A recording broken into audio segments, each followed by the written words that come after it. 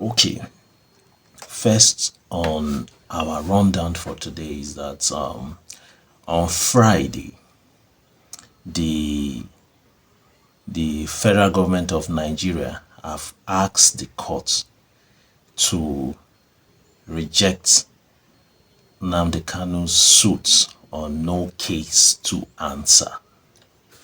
Yes, we'll dissect this particular matter and see how embarrassment and how embarrassing the nation is bringing upon itself, and not just itself and its citizens. So another matter we'll be giving a rundown on is the Ghana King issue, the Igbo Ghana King matter. Yes, we'll dissect it and why that particular matter is an embarrassment as well to our nations as well. You cannot call yourself the giant of Africa and at the same time your citizens are being subjected into a third class citizen. But what we are going to do today is to be an unusual way of doing things for us here.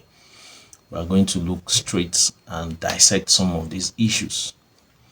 Then another matter we are going to address again, we are going to see how we can connect the realities we have today with the events that have passed, the decisions our past leaders has taken that is affecting us today. So some of these analyses will be bringing out gradually and gradually. So let's begin.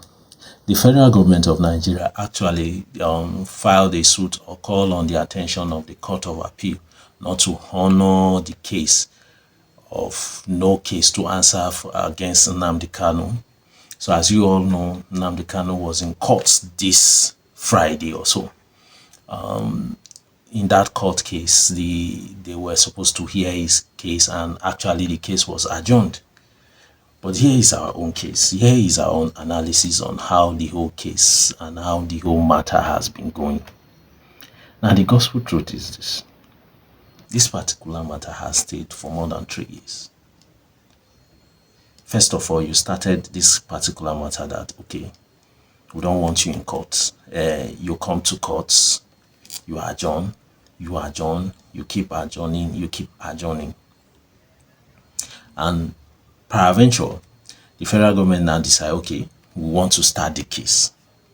And yet you start the case you started the case, and continually now you started with adjourning. The question is this: who are we fooling? Are we fooling ourselves, or we are denting the name of this nation? That's just the truth. For we here, we've put a whole analysis on all these cases, and we've asked ourselves critical questions. Why do we go when we intend to fly out of this nation? Why do people from the airports, the security men from the airports, why do they look at us and treat us as a special case of criminality? Now, if you ask yourself these questions, why your nation is not respected outside the boundaries of this nation, you will realize that it is the attitude of politicians. And not just the attitude of politicians, it is also the attitude of governments of Nigeria that have lingered to what we now have as national emblem of embarrassment and shame.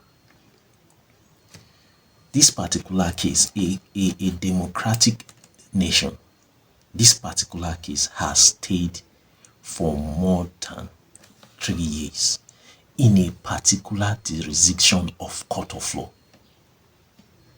Think about it.